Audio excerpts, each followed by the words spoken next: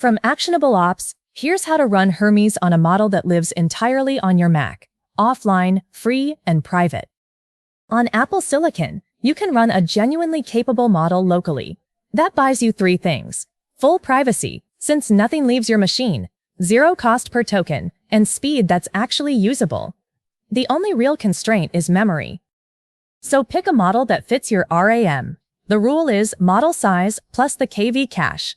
A 9 billion model at 4-bit is about 5 gigs on disk, and the context cache adds a few more. QN 3.5, 9B, is the sweet spot for 8 to 16 gig machines.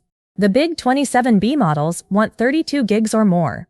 One floor, Hermes needs at least 64,000 tokens of context, so stay at or above 64K. The most portable backend is llama.cpp. Brew, install it, download a gguf model from Hugging Face, and run llama-server. The key memory trick is quantizing the KV cache, the key and value caches, down to 4-bit, which cuts cache memory by about 75%. It also gives you the fastest first token. The other option is MLX, through a Mac app called OMLX. It uses Apple's own machine learning framework, so once it gets going, it generates tokens noticeably faster. Rule of thumb: llama.cpp for a snappy first response and tight memory, OMLX for long batchy generations.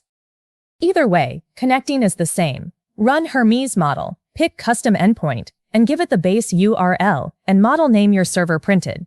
Hermes spots that it's a local endpoint and relaxes its timeouts, because a big prompt can take a minute to process before the first token. When is local the right call? When privacy or offline use matters, or you just want zero marginal cost and you've got the memory. Go cloud when you need a frontier-sized model or the absolute best quality.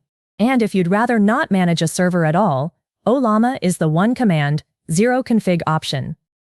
That's local LLMs on Mac with Hermes, built by Nous Research.